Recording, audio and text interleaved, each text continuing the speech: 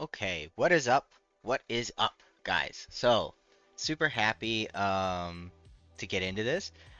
Just a first few things to go over. So, number one, I'm gonna try doing more of this content. I might do it for more roles and stuff. Let me know if you like this kind of format. Number two, I don't normally ask, but please like, subscribe. It takes a lot longer to kind of put together this kind of in-depth guide and things of this nature, and I take a lot of time reviewing the information against, other challenger or not other challenger. I'm not a challenger coach, but challenger coaches, pro play, things like that. A lot of coaching that I've gotten, and I try to make sure that whatever I'm giving you guys is as accurate as possible.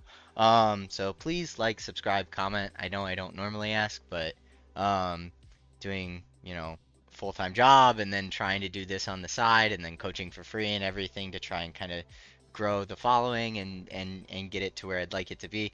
It takes a lot of work. So, thank you for all of the support. Thank you for watching the video, and we'll get into it. So, starting off with kind of just the basics here, champion pool. So when we're talking about top, these are the key points when it comes down to a champion pool. So you're looking for a champion you have a strong grasp on. And in my opinion, what that means is anywhere from 25 to 50 games. Now, a lot of times people are like, hey, I understand how Malphite works. I understand how Darius works. I understand how, Mordekaiser works. Like, I've got it. I don't need to play 50 games to understand how the coach wants me to play that champion or how the champion functions, right? But it's not necessarily about the nuanced mechanics of the champion as much as it is about understanding the variety of matchups, right? Because if you've only played Trundle, not Trundle, if you've only played Malphite, let's say 5 times, and then you get into the Trundle matchup, it's a very different matchup, right? Because he has the ability to steal your armor stats, right? And he's got a lot of movement speed and he can be very annoying, right? Or the Malphite and the Mordekaiser matchup also can be very annoying, right? Knowing how to play when those champions get countered because it, excuse me, will happen to you in your games. That's really important. Number two is self-sufficient champions are the best thing for solo queue. I know that a lot of people like playing tanks. They like playing their Orns, they like playing their Mundos, they like playing, you know, uh, some maybe Cho'Gath, right? Excuse me. There's a lot of really, really big beefy tanks up in the top lane, but sometimes they're not the greatest because the thing is you're not self-sufficient. You need a jungler to gank you in order to kill your lane opponent. You need your team to play correctly in a front to back. You don't have a lot of side lane pressure, if you're playing into a Darius or anything like that. You don't really have the ability to fight at any point in the lane, right? So you kind of just get bullied and then you rely on your team to follow up. It's better to play champions where necessarily you don't always need to follow up and you have kind of that 1v2 potential. So when I think of a self-sufficient champion in solo queue, I think of 1v2 potential. Like you see all of the champions that I've kind of listed here just as references as good kind of champions to start with. Malphite, very good at 1v2ing, especially into all AD comps. Set, great at 1v2ing. Jax, great at it. Garen, great at it. You know, all of these champions have the ability to 1v2 or the ability to really, really pressure in a side lane and then still escape, right? You don't need somebody else to babysit you or help you in order to do your job as a top laner, which is to manage side waves and be a presence in team fights around macro objectives, right? Things like that. So understand your champion's win condition. That kind of feeds into this next point. When we're talking about a champion's win condition, what we're talking about is what the champion wants to do. Malphite doesn't want to split push all game. Malphite wants a big, big team fight. Likewise, Set has the ability to split push, but what Set wants is a big, big team fight. He wants to take that giant frontline tank, smash it into the backline, do a ton of damage, and then just melt, right? Garen, vice versa, can be in a team fight, but Garen really wants that split push, right? He wants to be in a side lane with a ton of movement speed and be super, super, super annoying. Same for Mordekaiser, right? Almost impossible to contest in a 1v2 in a side lane when he's ahead because he can just ult someone and make it a 1v1. Alawi, Renekton, Tryndamere, right? All of them have pretty clear win conditions. You could put Trundle up on this list, and what you'll notice is a lot of the people who have very easy win conditions are most likely going to be your split push champs. They're going to be the champions that want to stay in the side lane, they want to minimize the 5v5 shenanigans, and they want to play their game and force the enemy to play their game. Now, there are other champions where their win condition is different, right? In lane and in the game, like Malphite's looking to team fight. Now, that doesn't mean that you can ignore the side lanes completely, but it's just what your champion's identity wants to do. And then the final point to this is kind of watch high level one tricks. When I was learning Gangplank, I watched a lot of Solar Baka. When I was learning Urgot, I watched a lot of Urpog, a lot of Goliath, right? If you're gonna watch, you know, if you're gonna play a top laner, you're gonna want to find that challenger player who's a great resource for the mechanics of the champion, the matchups, what the champion wants to do, the meta builds, right?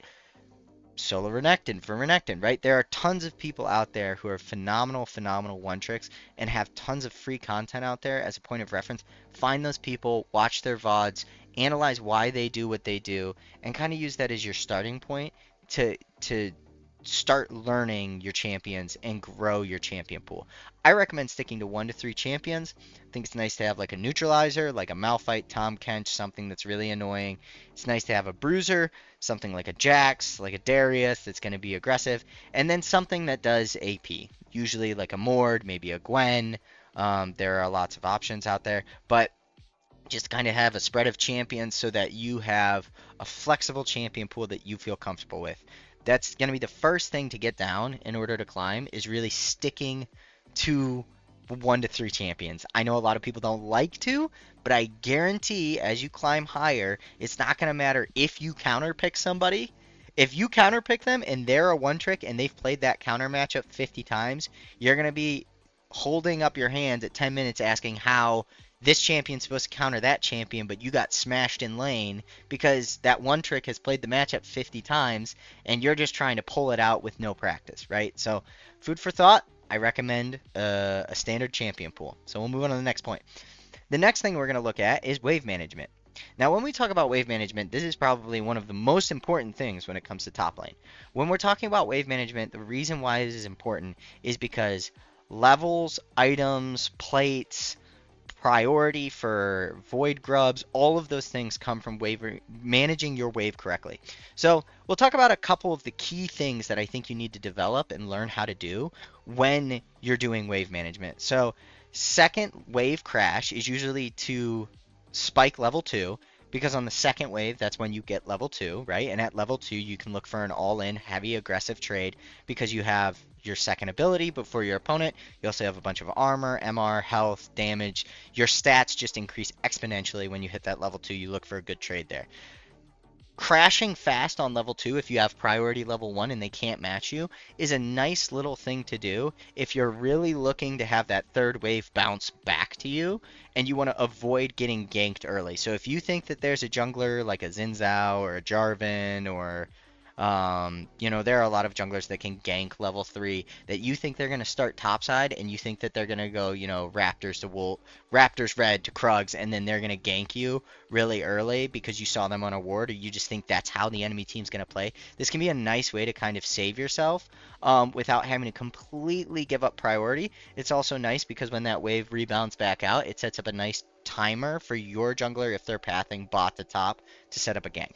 Now, the iconic, best wave strategy that most people are always trying to fight for on the top side of the map is a third wave crash, because that not only gives you priority to spike level 2 first and get an aggressive trade, but it also sets up something called a cheater recall. Now, we're going to have a bit of video segment after this where I will show how that's done and how to execute that, but that's a key concept, is understanding that the first 3 to 4 waves in the lane are super, super, super important. First 5 even. For XP, for tempo, for your reset, if you're going to do a cheater recall, if you're going to get a gank setup, or if you want to avoid getting ganked, you have to master those first 5 waves in the laning phase and have a plan. So, outside of that, there's certain things that there are concepts out there when it comes to wave management, but we want to understand what they're used for. So we'll talk about fast pushing. When do you fast push? Why do you fast push? Well, you fast push either because you want plates or because you're resetting. Now, plates can be a bit of a bait. Sometimes people stay for plates. It messes up their reset. They trade 125 gold for 300 gold on the opposite side because they get ganked, right? So be very careful about pushing for plates. But normally what you want to do is you want to build a stacked wave, or if your opponent roams to leave lane, and you know that they're not going to get back in time, fast push. Shove that wave into their tower, get some tower damage, make sure they miss those minions, they miss that XP, they miss that gold, and then reset. Get back off the map, buy, spend your gold, and then head back to lane. By the time that rebounds, that wave will arrive where you left it before you started your fast push most likely, and you'll miss minimal amount of XP and gold. So that kind of goes into the second point is, well, I want to fast push, but I want to fast push a stacked wave. So what that happens to be is you slow push, right? You put autos on the wave, push it very slowly, don't push it too fast, right? Build a second a double stacked wave, maybe even a triple stacked wave with a cannon, and then once that fourth wave's arrived, you burn that wave as fast as possible, you transfer that into a fast push, you crash a ton of minions into the enemy tower, and it buys you a big tempo advantage because they can't afford to leave that tower, otherwise they're giving up guaranteed golden XP. It gives you the ability to get off the map, reset, buy, and then get back to lane. Now, letting waves rebound. This is so key, and you see it a lot when you play in lower ranks, and as I was kind of climbing up, I saw it a lot, where people will be stronger, and because they're stronger, they will just try to continually abuse their enemy opponent. And while they're trying to do that, what they're doing is they're hitting the opposing wave with their abilities while they're trying to trade. And then what happens is that wave never rebounds out from the tower. You'll see this with Aatrox players, with Darius players, you know, when they're playing into something like a Nasus or a Kayle, and they're like, oh, I gotta abuse this champion early, man. I really gotta abuse this champion early. So they get baited into this mentality where they're just shoving, and the wave doesn't rebound out. And if you don't let the wave rebound out, especially if you're a Darius running something like Ghost and, you know, Flash, you're not providing the extended wave state. You want that extended wave state because as soon as you let that wave build and come into your tower, and then they have to try and fast push to crash, that's when you pop Ghost and you just run them down, right? And you execute them. So very much think about why you're shoving in waves. It's great to shove in waves. It's great to have priority. But if your jungler is not on their way up to do a dive, and if you're pushed up with fog surrounding you, and you just crashed a wave and you're immediately trying to shove the next wave under again, probably not the best move. Let it come out. Let the lane phase be the laning phase. Play it out. Create space so that your opponents can make mistakes. The final point, and this is probably something that you won't see as much, but you see it at a higher level of play, is freezing. Freezing is where off of that rebound, you know that you're the stronger laner, even in the minion wave if you have to fight in it. So what you do is you leave, you know, 4 casters or 3 casters in a cannon up to freeze outside of your tower, and then while the wave is stuck there, you have the ability to zone the opponent off of XP and gold. Now you might miss some minions holding a freeze and zoning, but the point is that you're getting ahead in levels, right? So a 2-level advantage is comparable to at least like 1200 gold, right? So you don't need to kill them 3 times if you just starve them out of the laning phase. Something that's not as frequent. We'll go through it in some of the video examples, so we'll go to that next. And there's a short clip that'll kind of go through that information with you guys. What is up, guys? So, as you've been talking about, I'm going to go through a couple lane examples of wave management. So, the first thing that I am going to go through is probably going to be a second wave crash, which is not very common. Usually if you don't do this, usually if you do this, it's for 2 very specific reasons. Kind of like we talked about. It's to like try and dodge a very early gank from a jungler and set up an early gank for your jungler. So the reason why is because if we do a level 2 crash, we're going to get prio on this first wave. We're going to shove it into this tower as quick as we can. Then when the cannon wave arrives, it's going to rebound out. When it rebounds out, and rebounds are something that we talked about where it's like you want to let waves rebound, especially early. You don't want to just keep the wave in this state permanently because then the junglers get wind that you're pretty much overextended, and you'll start to get ganked a lot. So even if you're ahead, a lot of times what you want to do is you want to give people space to play in the lane so that they can miss position and you actually have kill pressure. Because early game, it's very hard to have kill pressure on someone when they're right under their tower. So pretty much what you have to do in order to do a second wave crash is you pretty much have to start hitting the wave and doing everything as quick as you can. As many autos as you can, take out as many minions as you can, as quick as you can. Because our goal is pretty much to, as soon as the second wave gets here, you want to have like that last minion already dead. Then we're going to do this. Usually most champions have some sort of like AoE ability, and then what you're going to do is you're going to try and get this wave in before the third wave arrives. Now, like I said, it's very uncommon that you're going to want to do this. The reason why is because usually you're going to want to try and fight on your level 2 power spike, and you're going to want to be in the middle of the lane for that. You're not going to want to be like up here. Something else that's really important that we'll talk about when we do the third wave crash example is we will talk about when you hit your level 2 power spike. So right now, the reason I'm not touching this wave is because if I touch this wave and I damage it, it won't rebound out. Now, the reason it won't rebound out is because the incoming reinforcements will get here before my reinforcements. And what that causes is it causes a stacked wave. And now, even if this doesn't go into tower, it will shove back out because there are more caster minions. Now, what we're going to go over, and the reason we let things rebound is, like I said, you want to give space for your opponent to mess up in the lane, right? And what I'm going to do is I'm just going to kill a few of these little minions here and there. And what I'm doing is I'm thinning this wave. You don't necessarily have to thin a wave to set up a freeze. But it's a lot easier to set up a freeze if you thin the wave before the wave gets here. Because if the wave gets there and then it's not thinned out already, you have to fight in a really big wave. And fighting in a big wave and drawing a lot of minion aggro can get you very low. It can get you low enough to get dived. And if you get dived and you lose a stacked wave, it can be really, really devastating. So, pretty much to maintain a freeze, gonna go into the bush to drop aggro here. To maintain a freeze, the rule of thumb is that you want at least 4 caster minions or 3 caster minions in a cannon. The melee minions don't actually do a lot of damage to the other wave, so normally they just end up tanking a lot of damage. They don't actually help you maintain wave states. So what you'll see here is I'm going to thin this wave a little bit. I'm going to keep killing some of these casters. I'm going to kill this cannon, actually. And what you'll see is I will leave this, and you'll see that, like, if I manage this correctly and I keep the right number of casters alive, this wave will stay in this position.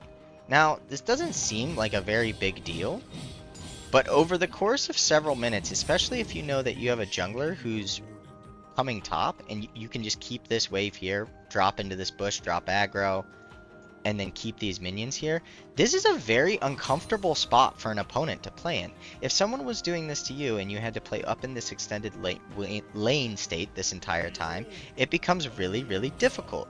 So this is kind of how you maintain a freeze. And then once you have a freeze maintained, it's all just about thinning the wave and making sure that we're keeping the right number of minions alive.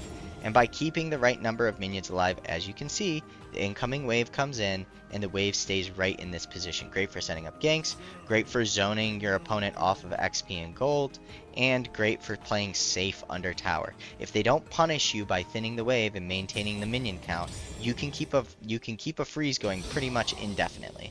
Now, what we're going to do is we're going to reset the game real quick. And then we're going to thumbs up.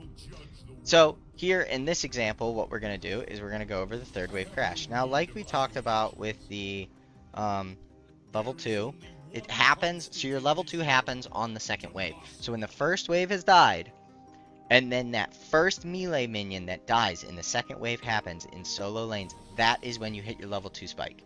Your level 2 spike is super, super important because it gives you a ridiculous amount of stats plus your next ability. So a lot of times, even in losing lanes, depending on the champion matchup, you can actually take a level 2 fight and you can win just because you're level 2.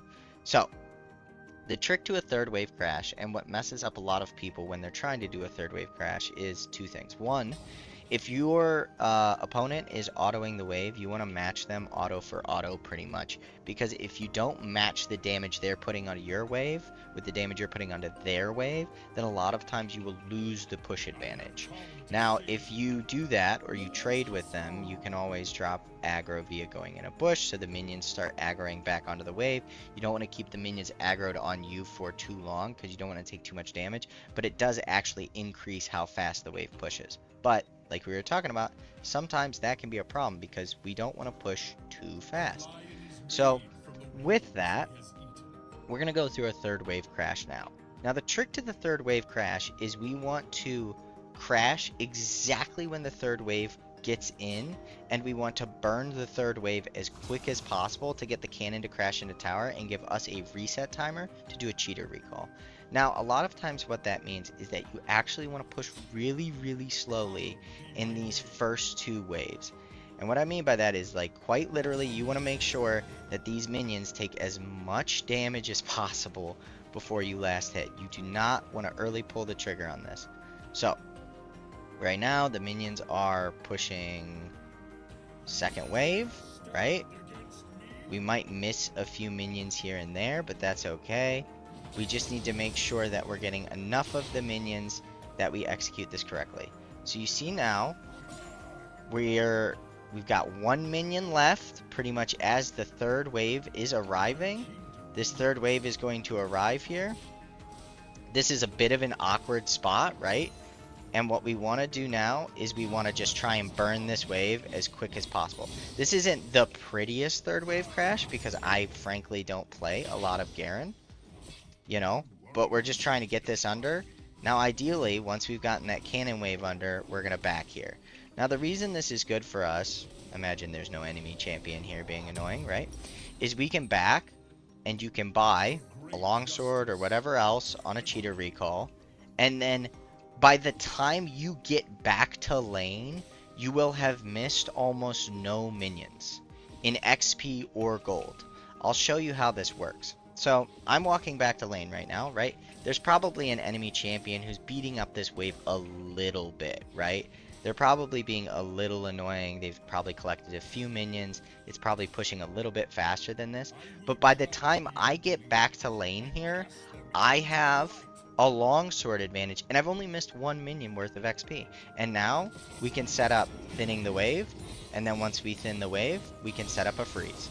So that's kind of the trick with letting the waves rebound, doing a second wave crash, doing a third wave crash, and doing a cheater recall. So it's not the cleanest example, but you get the general idea of the concept. The biggest trick to the third wave crash is don't push too fast. All right, so hope that this helps, and we'll continue on with the guide. All right, so we went through some wave management stuff. That's great. Now what we're going to talk about is the next thing on top of wave management that kind of goes hand in hand with it, which is trading. Now, when we're talking about trading, there's a lot of stuff that goes into this. Primarily, it's going to be champion mastery and champion matchups. You got to know if your champion is good into the opposing matchup, and you got to know what that champion's abilities do, right? For people who are newer to the game, that can be a very big hurdle. I recommend going into practice tool, playing with a lot of different champions, maybe playing a lot of ARAM games so you get a feel for what different champions do. There's a lot to learn and a lot to keep track of in League. But we'll talk about the first point here, which is track all key ability cooldowns and summoners. Okay, like that Darius we were talking about earlier, if that Darius has flashed and ghost up, you do not want to be caught in an extended wave state against that Darius. It's going to be very, very dangerous for you, especially if you're something like a Kale or something, you know, like what's another really good example of someone who wants to scale, doesn't want to fight too much early. Um, a Mundo, right? Or a Malphite, right? That can be a very dangerous place to be, especially pre-6.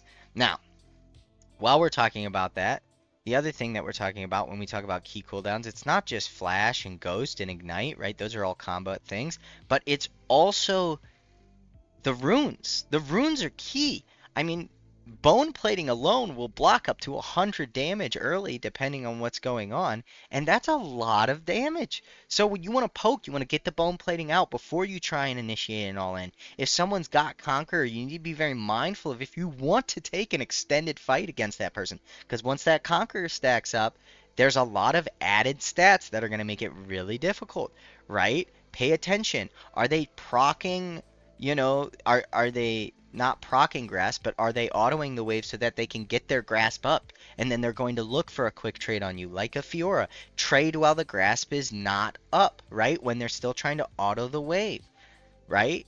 If you're playing against Tryndamere, against Malphite, against Mordekaiser, there are certain abilities in the top lane that also become a very big problem if you don't pay attention to. All three of those champs at level 6 can completely change a fight if they have their ultimates up, right? Malphite can dive you under tower uncontested. Tryndamere can dive you under tower uncontested. Mordekaiser can make it so you literally can't run away and you're stuck in a 1v1. You've got to start paying attention to these things and tracking them. And as you start paying attention to them, you might get it wrong a few times. Maybe you thought that their ult wasn't up. But as you start to pay attention to it, you'll start to get a feel for kind of when these things are up. I recommend putting timestamps in your chat and pinging this so that you have that information. So you can say, oh, they flashed 5-minute cooldown, they flashed at 6 minutes, not going to be up till minute 11, right? Next thing, pay attention to minions and aggro and bushes. Now, when you fight near a minion wave and it can aggro to you, anything that's single target, like a gangplank Q or an enhanced auto attack, will aggro the minions to you. Anything that's AoE, like an Aatrox Q, will not aggro the minions to you. The reason being is because it's not single target, so the minions don't realize that you're attacking their champion. So, minions early game, a triple stacked wave, it can kill you. It can do more damage than the opposing champion's ability sometimes. So something that's important to know is if someone has minion aggro and they walk into a bush, the minions de-aggro.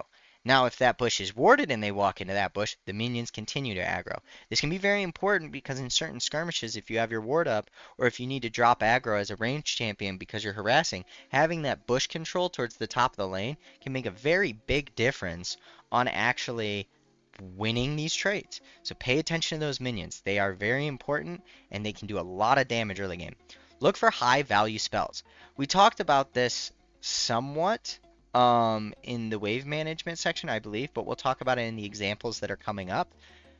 A high value spell is a spell that secures a last hit, pushes the wave, and damages the enemy champion all at once. It is your best case scenario because you're not only maintaining your wave management, but you're also trading with your opponent at the same time, which sets up a certain kind of pressure in lane where it feels like they can't get the wave where they want, but every time they try to interact with the wave or they try to interact with you, they're taking damage at the same time.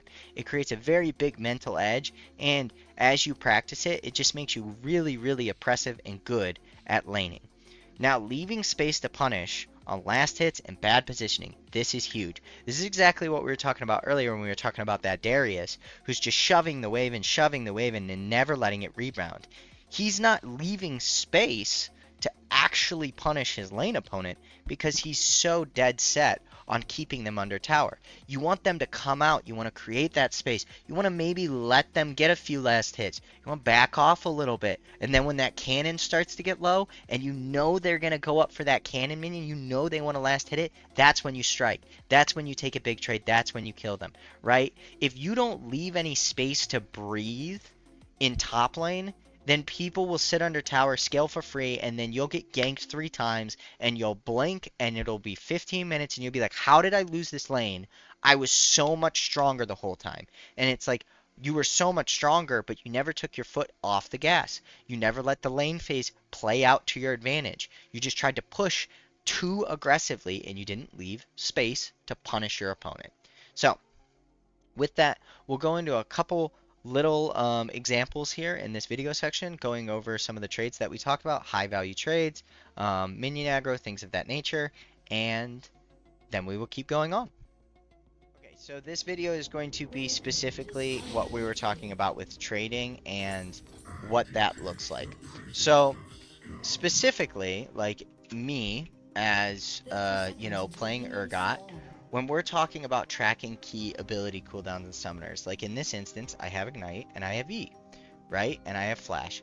All three very cool key downs on the champion. So if someone was playing against me, you want to pay attention to when Urgot uses E, because that's down for 16 minutes. That means he has no shield, he has no gap close, and he has no hard CC.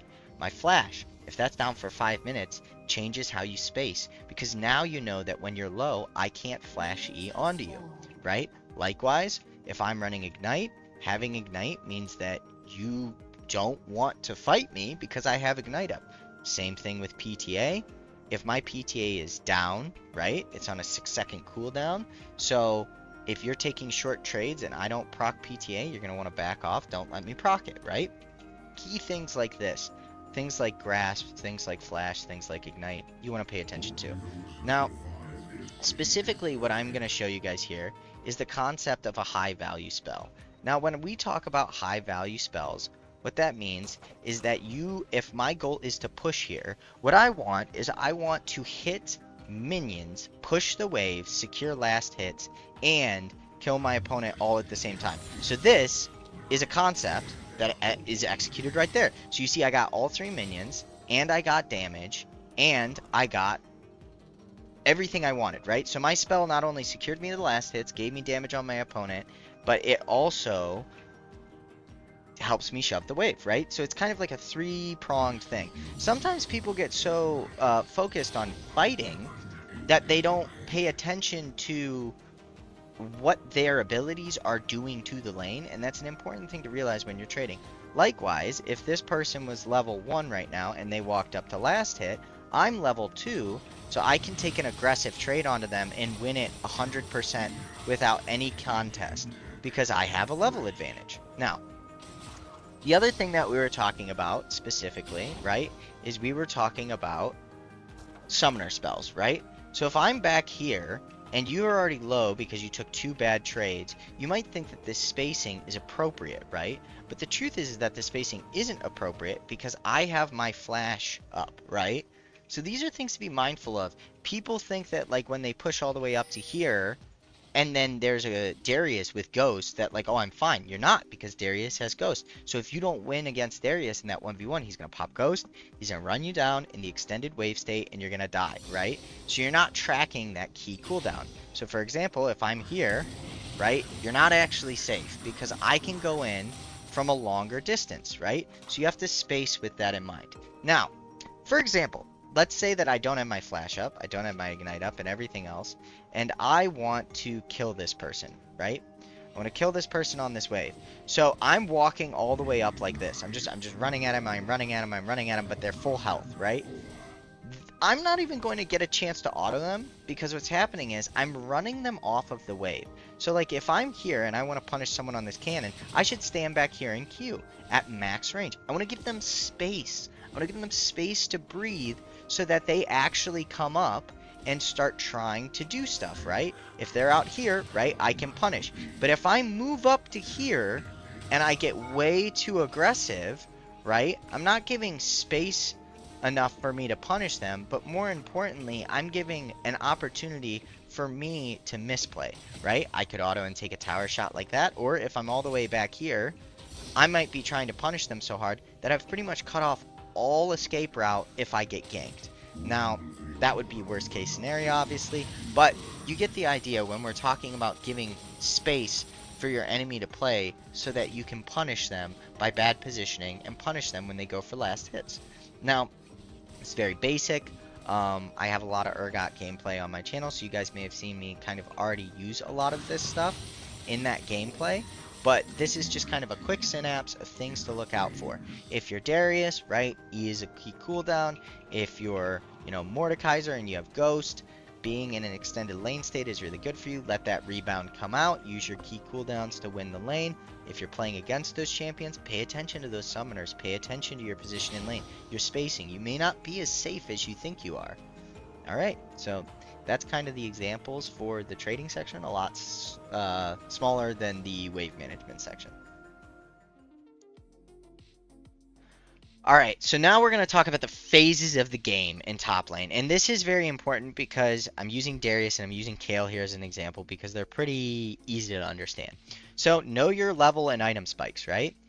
When are Kayle's item spikes? Well, it's every time she levels up her ultimate ability, right? 6, is a very big spike for her because then she actually has access to being ranged, right? Darius, when is your level spike? Well, it's 1 through 6. You're pretty oppressive. You can be really, really, really brutal on him, especially 1, 2, and 3, right? If you have Ghost and Flash as Darius, there are very few people top lane who can fight you in a 1v1. So you want to use that to your advantage. You want to use that to oppress your enemy opponents. Now, if this Kayle doesn't understand that concept and she tries to fight this Darius level 1, what's going to happen? Kayle's going to die, right? Now, if Kayle scales and gets to level 6 and gets her movement speed and everything and then spaces Darius, and Darius didn't leave space to punish the Kayle early on, what's going to happen to Darius? Well, then Darius is going to die, right? So respect your matchup and understand your opponent's goal. If we're looking at this matchup just as, kind of a lesson here and something to take information from, we know what Darius's goal is. Darius's goal is to beat the crap out of Kayle until she gets 6 so that he can hyper snowball the lane so that he can keep her behind in levels, behind in gold, behind in CS, and then run her over in the side lane and not give her time to get to that level 18 massive game carrying monster that she can become, right?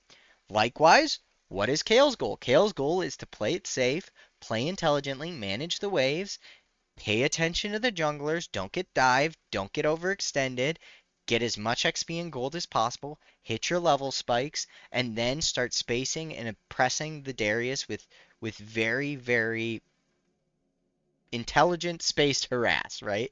Now, some people want to collect as much XP and CS as possible, like this Kayle, but the truth is that when it comes to this point, it's really everybody. What will happen quite often when you have Darius players or Trundle players or a lot of players who have these really, really strong early levels is they can kill the opponent, but sometimes what happens is they focus so much on killing the opponent that you fast forward to 10 minutes and both people only have 40 farm and they're the same level, and now you're both super behind the entire map because you've been trying to fight so much even though you have control of the lane that you've given up all of the XP and gold that you could have had. So sometimes it's fine to just be happy zoning, collecting, getting a 20 CS lead, a 30 CS lead, then you back, reset, you have your item spike. Now that you have your item spike, now look to really oppress and push that lead. You don't always have to be 5-0 if you can be 40 CS up. So this is something that's very important.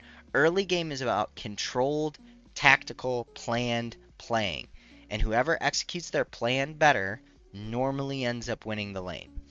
Don't greed for plates over safe scaling. This is super important. We talked about it before. Quite often someone will kill somebody. They're sitting on, 1,000 gold, and then they shove a wave and they're like, man, I gotta get this plate too. And it's like, is the 1,100 gold the difference between an item buy and not for you? No. It's probably better to just get off the map, buy, and then reset. Because what happens is you stay for that plate. Now you're behind in tempo. Your reset's not, up in sync with your spawning waves that are coming from base. And then there's the potential you get ganked, right? So really think about early game not as much as like crushing and killing your opponents as much as it is about being methodical about your intent and what your game plan is to set yourself up to win after 15 minutes. Now we move on next to mid game. Mid game is 15 to 20 minutes plus. I like this zone because 15 is when a lot of people start rotating out of the side lanes because the tower plates have gone down, right? You're going to manage side waves before roaming to any plays when you're in the mid game. As a top laner, you have to manage the side lanes. You'll see this all the time, especially in some of the lower eloads where you'll have a top laner who goes to every fight, and you have another top laner who's not roaming to every fight, who's just staying in the side lane, and they might be late to fights and everything else. But you fast forward 5 minutes, that other top lane has a 3 level lead and a 30 CS lead, and now has an item and a half on the other top laner. And now they can't be matched in the split push in the side lane by just one person. It's because they were managing the side waves before they just ran to the fights. That's why it's important that you don't rush or panic during the mid game. There's going to be downtime. There's going to be time when dragons aren't up, Rift isn't up, Baron hasn't spawned yet, third Drake, fourth Drake hasn't spawned yet, the Void Grubs are off the map. Just take your time. Ward, be intelligent, collect minions. Don't try to force some crazy play. It's very unlikely that you're going to blow up the Nexus at 20 minutes unless you're already hard stomping and they're going to FF, right? If that's not the case, be intelligent about how you scale. You're going to rotate around key objective timers, so you don't want to waste your TP in the mid game, right? If you're bot lane and you know Baron's spawning and your team wants to do a 20-minute Baron, you take the bot lane and then you push the bot lane, and when that fight starts happening for Baron, or when your team calls for Baron, you TP across, you help them secure, right? Vice versa, top lane, you're pushing it out, you're keeping it under control, respecting not going too far past the river unless you're very confident you can take that tier 2 and you have good vision, you know where everybody is, right? Mid game is your time to not int, right? If you've got a lead from laning phase, this is normally where people throw it because they're trying to rush the game to a finish. And that's not what you need to do. What you need to do in the mid game is you need to rotate around key objectives, don't panic, and manage your side waves. The reason we're managing our side waves is because managing your side waves gets you access to towers, to enemy jungle camps if you have vision control, and to lots of cannon minion waves, which gives you gold, gold, gold, and more gold. I swear it is worth it. Sometimes you will not go to a fight in the mid game. You'll pick up 3 waves, a jungle camp, and a tier 2 tower, and you will walk away with 1800 gold, sometimes more, which is equivalent to more gold than if you would have gone to the team fight and gotten a pentakill. So really pay attention to managing the resources and not rushing the mid game. It will make a very big difference for you. Now we go into the late game. Late game, what is a top laner's job in the late game? What am I supposed to be doing?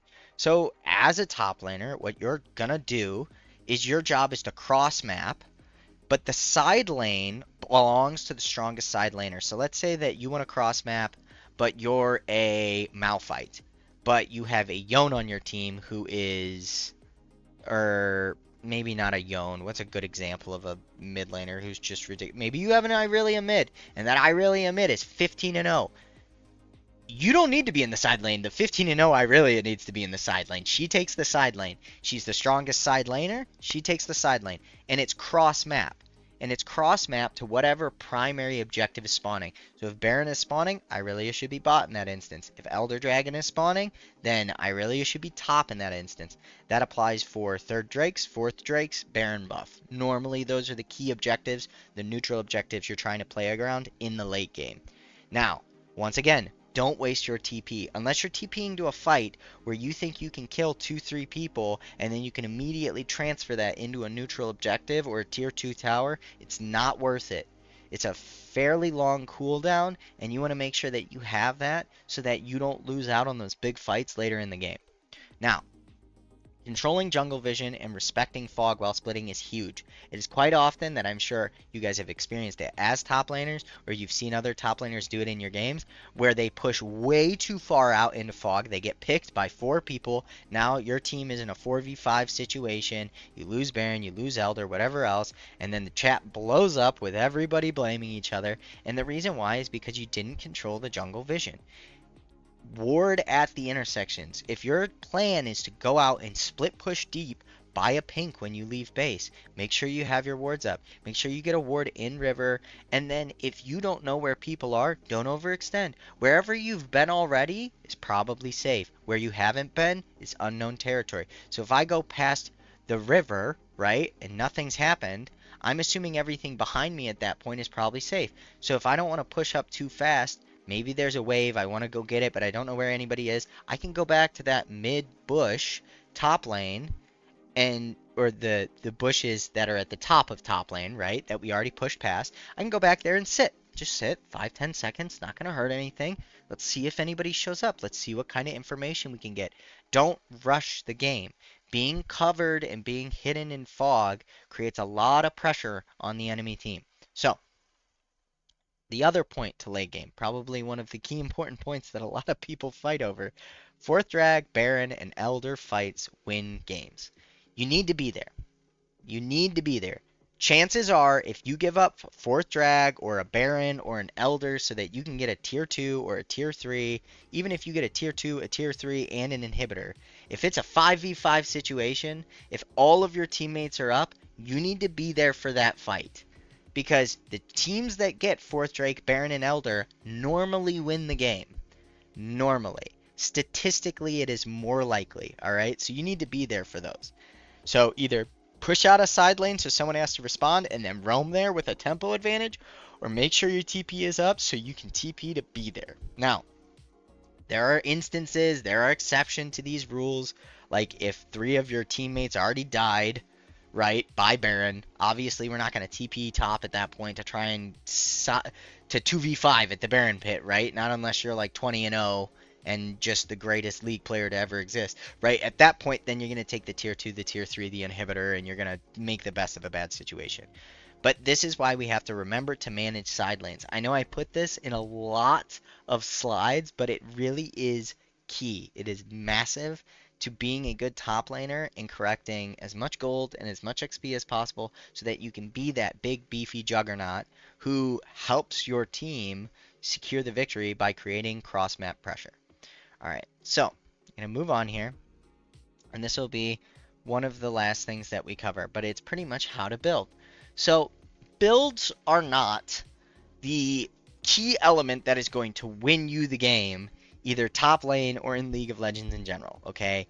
They're helpful, they increase your percentage, it's something that you should start paying attention to, but it will not make or break your game unless you're just straight up trolling. Like, I don't recommend that you build all AD 80 carry items on a uni, right? Like, that's not going to be great. That's not going to be very useful. But how do we know what to build and when to build it, right? It's a great question. So pay attention to the damage types in the game. If there's a lot of mixed damage, maybe you want a Jock Show. Maybe you want something that's going to be able to give you a lot of stats in MR and armor. Are you looking to fight, or are you looking to neutralize your lane opponent? This is important stuff, right? So if I'm playing, let's put it this way. If I'm playing Tom Kench top into, an Urgot, for example, I'm probably going to want to get Ninja Tabby, and then I'm going to get a Randuin's, and then I'm probably going to get even more tank items, because my job is just to neutralize. I'm not trying to kill the Urgot. I'm just trying to make it so that he can't play the lane. Likewise with an Ornn. Your job most of the time is to make sure that your opponent can't play the lane. And when they get frustrated at the fact that they can't play the lane, they can't do any damage to you, they'll take bad trade after bad trade after bad trade, and then you have an opportunity to kill. But you're not looking to all in like a Darius or a Trundle or some other champions. Now you need to think about, what is the purpose of my build? What am I trying to do this game? What is my win condition? Do you need a frontline and tank, or do you need to duel? If I'm playing Ornn, I need a frontline, right? I need to be tanky. I need to be up in front. I need to be there. I need to stay alive long enough to make sure that I can get my ult off, to make sure that I can apply CC and make a good front to back situation, right? If I'm playing Fiora, I itemize to duel because I don't want to be in a team fight front to backing. I want to be in a side lane in a 1v1, 1v2 situation, maybe 1v3 with enough movement speed to outplay it, run out, create pressure, stay alive. It all depends on your champion, the champions you're playing against, and the state of the game, right? But part of what helps you to make those informed decisions is when you study what synergizes with your champion. For example, I will build Cull quite a bit on Urgot. That's because the 3 health proc per hit synergizes with his W. There are other champions like Cho'Gath or Mundo that love the new Warmogs, right? Or if you're playing Garen with Phase Rush, Stride Breaker is your best friend, right? There are a lot of items out there that are specifically made to go with certain champions because the way that they synergize is just so good. So make sure that you're aware of those builds. You're looking at the U.GGs, the OPGGs, you're tracking those builds, you're paying attention to when and why people are building these items, right? And that will kind of help you with what to build. Now, I don't think what to build is the most important part of top lane. I definitely think that the two key points is what we started with, champion mastery and wave management. And then from there, you're going to need a general understanding of how to trade, right? Because that goes hand in hand with the wave management. And then it's good to have a general understanding of the mid game, the early game, the late game, and kind of how to build a champion. Now, I will say these guides are general guides. There's an exception to every rule. I know that I've put some examples in here. I've talked about some examples in the game. There's always an exception. There is always some special cases, special scenarios, right? I'm not here to make a guide on every single possible thing that can happen in League. It's just not going to be the best way. These are general rules that if you follow and if you start implementing, they will cover most of the game and help you improve, and then you'll be able to identify those exceptions for what they are, special cases, rather than have a misunderstanding of why certain things happen and when certain things should happen. So that is leading us to our last point here, which is probably not the most important point, but I would put it up there with champion mastery and wave management and trading, is mindset. This is going to be super basic, guys. I myself have issues. You can go back and watch some of the videos and you'll see that I have issues with this. I have been chat banned before, okay? I don't ever want to be chat banned again. I love League. I really enjoy playing the game, but sometimes it can be really hard to keep a positive mindset. So with that in mind, turn your chat off. Go into your settings, scroll down, switch your chat interface to party only. You do not need to type. In a ranked environment, you do not need to type. You don't. No matter what you type, you're not going to change someone's mind. You're not going to change how they're playing the game. You're most likely just going to put more effort on their mental stack to try and read and play the game at the same time. You're going to upset people. Your game experience will be worse. I guarantee it if you type. If you don't type for 5-10 games. Just 5-10 games. Don't type. And I guarantee you will start to have a better experience in League of Legends, in my opinion. The next thing is to communicate your plays via pings, right? If you're walking out of base and you want to go bot lane and you have TP up, ping that you're on your way to bot. Ping that you have TP up. Ping assistance on Baron. Let your team know that you're trying to set up a cross-map play to drag people bots so that they can take Baron and you can TP up there, right? Communicate via the tools that have been given to you. If you don't want a jungler to gank, ping them off. Let them know. I don't want you to gank this. It's way better than not saying anything and then your jungler runs in into your lane and then you get upset at your jungler because it's like, oh my gosh, you into my lane. Well, you didn't communicate. You didn't communicate that you weren't going to help with the gank. You didn't communicate that you didn't want the gank. And if you're not going to communicate with your team, you're partially to blame for what happens. That is just the way it is. You can ping without being toxic, and it helps games exceptionally.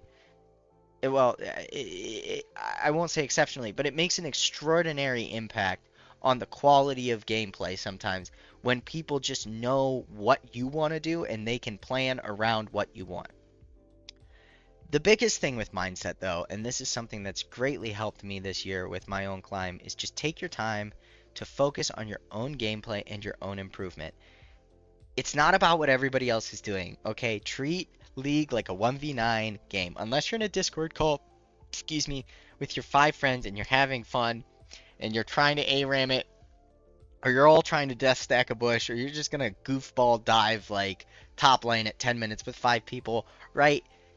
You don't need to be focused on what everybody else is doing, and you can't control what everybody else is doing. All you can control is your plan and your response to the variables in front of you. So focus on what you can do and your own gameplay. And if you made the best decision and you genuinely believe it's the best decision and you don't think you could have done anything any better, that's great. Okay? Take that with you and take that confidence with you into your next game. You're not going to win every game. So don't focus on the people who are only there for 30 minutes and then gone and you may never ever see again. It's not worth your mental and emotional energy. I promise. Okay, I promise. So, same thing, same point kind of for the fourth point here. Focus on what you can learn and not winning every ranked game. It's pretty much what I just said. When you're focused on learning, you will improve as a player, you will by result win more games. But when you focus on winning, you get emotionally competitive and you can't detach yourself from the bad things that are happening and you start to go on tilt and you lose the forest for the trees and you can't focus on your own improvement. And your own improvement is what will make you a better top laner and a better player. So, very long-winded video. Lots covered. Thank you for watching all of it. Like I said, these videos definitely take a lot more effort to do. It takes a lot longer to record and time to put everything together and kind of vet what I'm telling you guys in the script and the points. So if you like, please subscribe. Send it to someone who's learning top lane. And I will see you guys in the next one.